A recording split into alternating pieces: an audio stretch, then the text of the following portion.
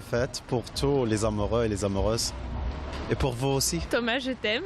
Les garçons célibataires, je suis célibataire.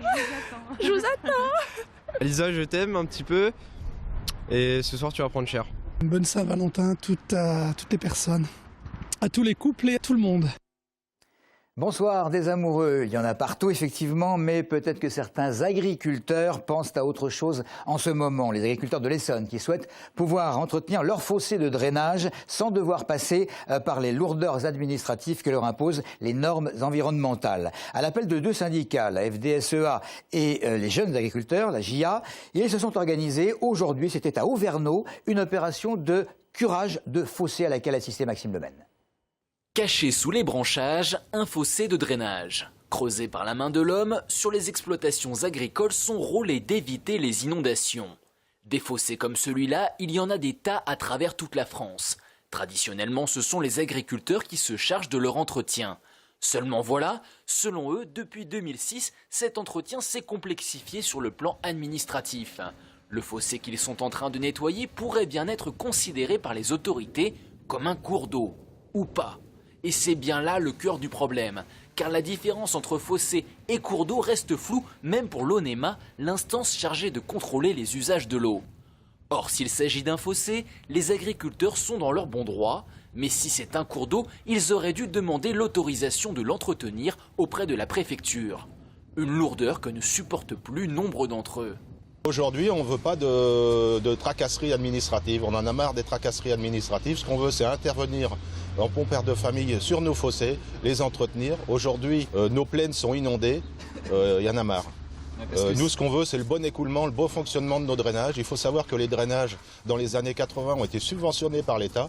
Donc je pense que c'est inadmissible aujourd'hui de nous emmerder pour nous interdire presque d'entretenir nos fossés. L'an dernier, le syndicat intercommunal des vidanges de Mency a écopé d'une amende de 500 € pour avoir curé un cours d'eau sans autorisation.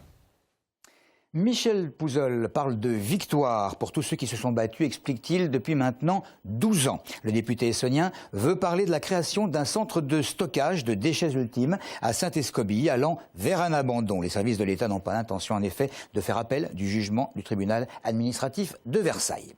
Hier soir, à Paris, se clôturait le débat public autour du grand stade de rugby. Ce 7e et dernier débat, il visait à synthétiser absolument tout ce qui a été dit depuis le début. Cette grande discussion, elle s'est déplacée à travers tout le territoire essonien, mais également à Saint-Denis et à Toulouse. Après 3 mois de débat, la commission pourra rendre ses conclusions sur le projet, mais en attendant, ce sont des milliers de personnes qui ont pu se faire une idée sur le futur grand stade. Audrey Coll.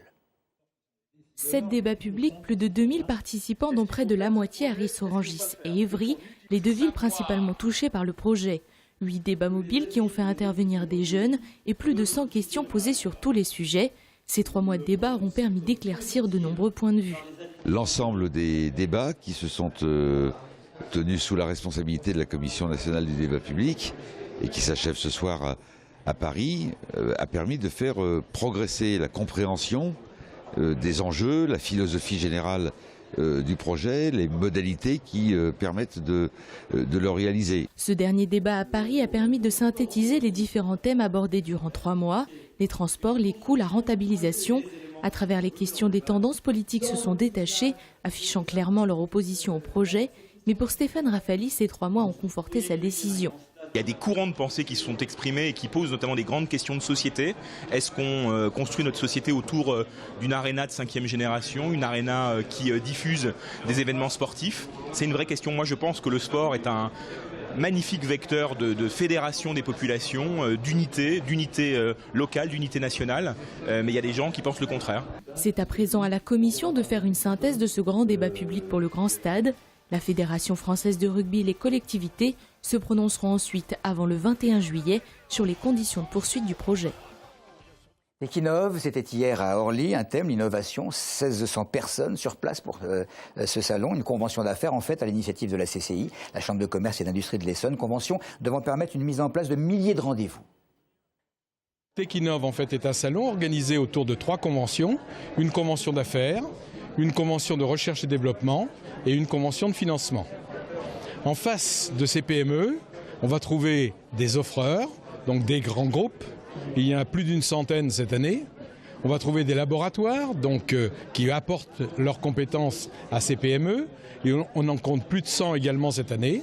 Et puis on va trouver, bien entendu, pour la convention de financement, des investisseurs, puisque les investisseurs vont apporter les ressources en capital dont ont besoin les startups pour démarrer. Alors le projet de Saclay, c'est une initiative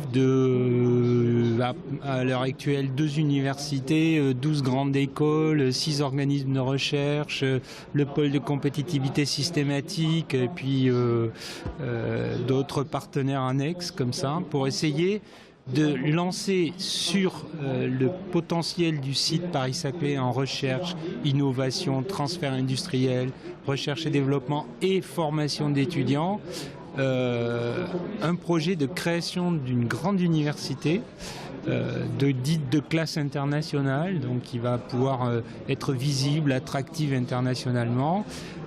Cette université, on la veut au centre d'un écosystème de l'innovation et du transfert vers l'industrie. Et on veut que se développe autour de cette université un cluster technologique de rang mondial. Le sport du week-end avec un début de saison difficile pour le Massy-Essonne handball en Pro D2. Les hommes de Benjamin Brault n'auront pas le droit à l'erreur demain face à Ponto-Combo. En CFA de football, Viry va recevoir demain la réserve des Girondins de Bordeaux et puis du rugby avec le RC Massy-Essonne qui va reprendre le chemin du championnat fédéral 1. Ce sera dimanche au stade Jules Ladoumègue. C'est tout. Ah non, j'oubliais. Écoute Estelle, c'est Mathias.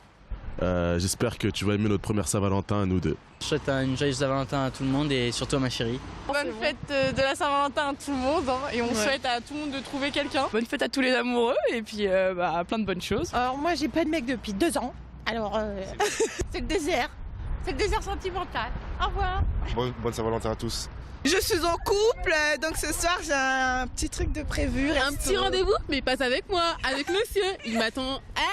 Nous sommes mariés.